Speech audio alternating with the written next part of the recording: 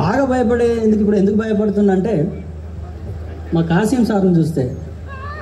ఎందుకంటే మేము ఏకలవ్య శిష్యులు లేక వాళ్ళు రాసే మాటల్ని చెప్పే మాటల్ని విని మా ఆటపాటల్ని సమాజం వైపు పట్టుకొచ్చినాం.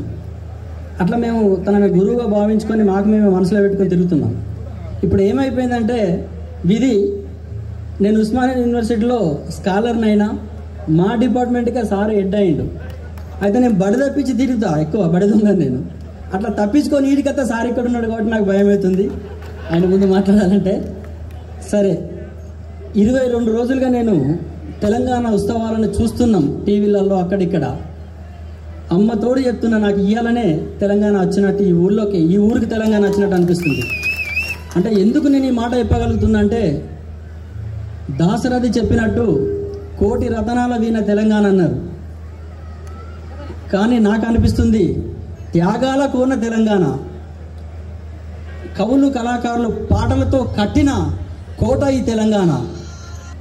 ఆ కోట పైన కూర్చొని వెళుతున్న మహానుభావులందరికీ వందనాలు. త్యాగం చేసినటువంటి 55 నుంచి ఇప్పటి వరకు తమ రక్తాన్ని దారబోసిన అమరులందరికీ విప్లవ వందనాలు.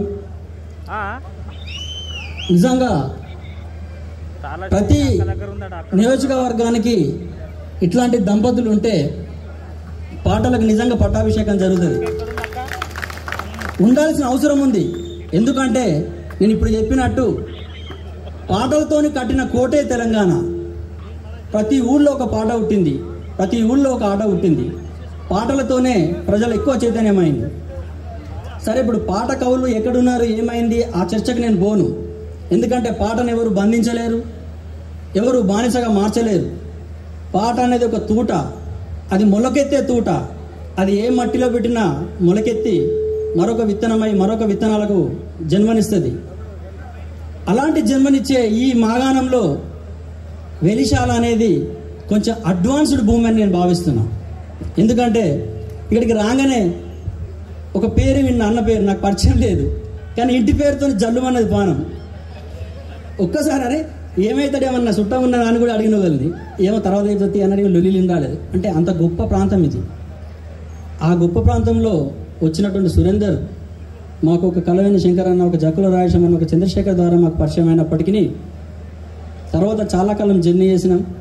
ఆయన గురించి ఇంకేమన్నా గొప్పగా నేను చెప్తే నా తమ్ముడు నా అన్న అంటే మాకు మేమేదో డబ్బు కొట్టుకున్నట్టు అవుతుంది. సందర్భం ఏదన్నా వచ్చి ఇది ఆదిలాబాద్ అంటే ఆ జిల్లా మీద ఒక పాట అల్లి పడేసింది. రాత్రి వచ్చింది స్వతంత్రం అని ఏదో మాట్లాడితే తెల్లారేసరికి ఒక పాట పుట్టింది. అరే పాటలు ఇంత ఈజీగా పుడతాయా? నేను కూడా ఈ అన్న ఆదిలాబాద్ తీసుకుపోయింది. నన్ను తీసుకుపోతున్నప్పుడు నేను నా జీవితంలో మొదటిసారి ఫారెస్ట్ అంత పొడవైన అడవి ప్రాంతాన్ని మొదటిసారి చూసిన నేను, అన్ని కిలోమీటర్లు.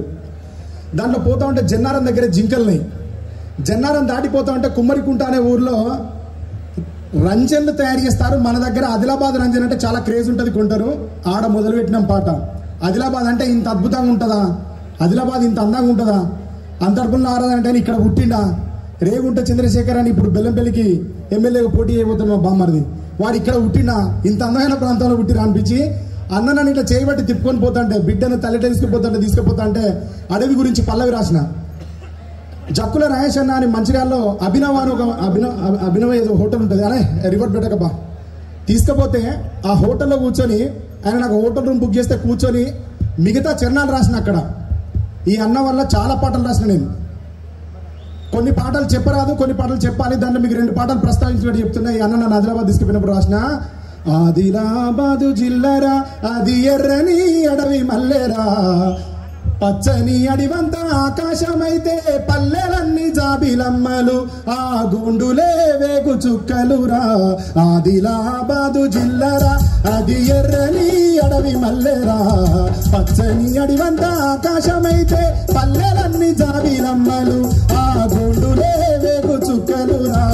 ఆదిలాబాదు జిల్లరా అది ఎర్రని అడవి మల్లెరా, తిరుగుబాటుకు తిలకాన్ని దిద్దిన ఇంద్రవెల్లికి పురుడు మోసిందిరా, కూటాలు దించిన పాతరే పేల్చిన కడుపు కోట అనుభవించిందిరా, పోరులో పారిన నెత్తుటి వరదల్ని మట్టితో సిల్లతో పట్టిందిరా. ఆదిలాబాదు జిల్లరా అది ఎర్రని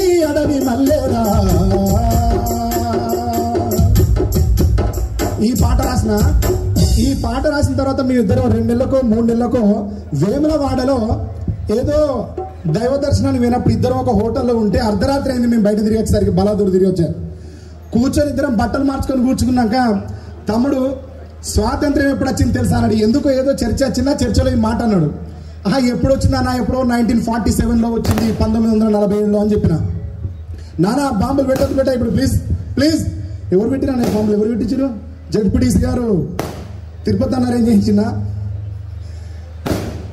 సరే, అప్పుడు ఈ అన్న అర్ధరాత్రి వచ్చింది తమ్ముడు స్వాతంత్రం. 1947లో కాదు వచ్చింది, ఇప్పుడు మనం కూర్చున్నటువంటి అర్ధరాత్రి వచ్చింది అంటే ఆ అర్ధరాత్రి నాకు చెప్పి పడుకున్నాక తెల్లారేసరికి పాట రాసిన. అర్ధరాత్రి స్వతంత్రమా నీ చరిత్ర చెప్పుత వినవమ్మ, అందరికందని స్వరాజ్యమా నీ దుస్థితి చూపుత చూడమ్మ.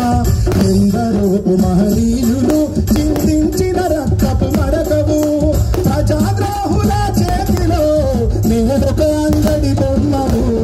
అర్ధరాత్రి స్వతంత్రమా చరిత్ర చెప్పుత వినవమ్మ, అందరికందని స్వరాజ్యమా నీ దుస్థితి చూపుత చూడమ్మా. ఇదే ఈ పాట రాసినప్పుడు నాకు సరిగా మీసాలు కూడా లేవు గట్టిగా.